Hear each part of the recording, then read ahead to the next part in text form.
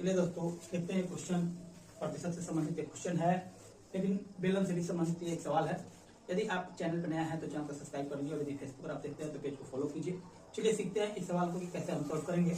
यदि किसी लंबवृत्तीय बेलन की त्रिज्या को 20% कम किया जाता है जबकि ऊंचाई 40% बढ़ाया जाता है तो उसके आयतन में प्रतिशत परिवर्तन बताइए। ऐसे क्वेश्चन को सीखने के लिए सबसे पहले उसके आयतन में प्रतिशत परिवर्तन बताना है हमको। तो बेलन का हमको आयतन पता होना चाहिए। बेलन का आयतन होता है, बेलन का आयतन पाई आर स्क्वायर एच।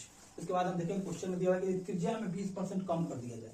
20% का फ्रैक्शन वैल्यू आप सब लोग जानते हैं 1/5। और बोला है कि यदि उसकी ऊंचाई में 40% को बढ़ा दिया जाए, 40% की वृद्धि कर दी है ऊंचाई में, 40% का फ्रैक्शन होता है 2/5। अब हमको ये देखना है कि इस फॉर्मूला में त्रिज्या कितना बार आया है। त्रिज्या आया है 2 बार और हम 20% की कमी किए हैं, 20% की कमी किए हैं। तो कमी करने का मतलब कि यदि पहले त्रिज्या 5 था तो अब हम 4 कर दिए हैं। 2 बार है इसलिए हम इसको 2 बार लिखते हैं, 5 से 4। बस समझ में आ गई। ऊंचाई में हम बढ़ा दिए हैं 40%, ऊंचाई का फ्रैक्शन 2/5 है, यानी कि यदि पहले 5 था ऊंचाई तो अब 2 बढ़ा के 7 कर दिए हैं। बस यही आयतन पे फर्क आएगा। ये पुराना वाला आयतन है ये हो जाएगा 125। इसको हम गुना करेंगे 4 × 16 और 16 सत्ते 112।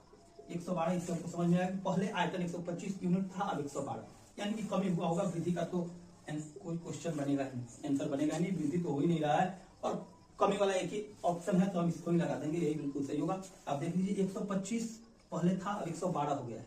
कितने की कमी है? 13 यूनिट की कमी है जी। किससे? 125 से। और प्रतिशत में बदलने के लिए 100 से गुना। 25 × 5 = 125 और 25 × 4 = 100।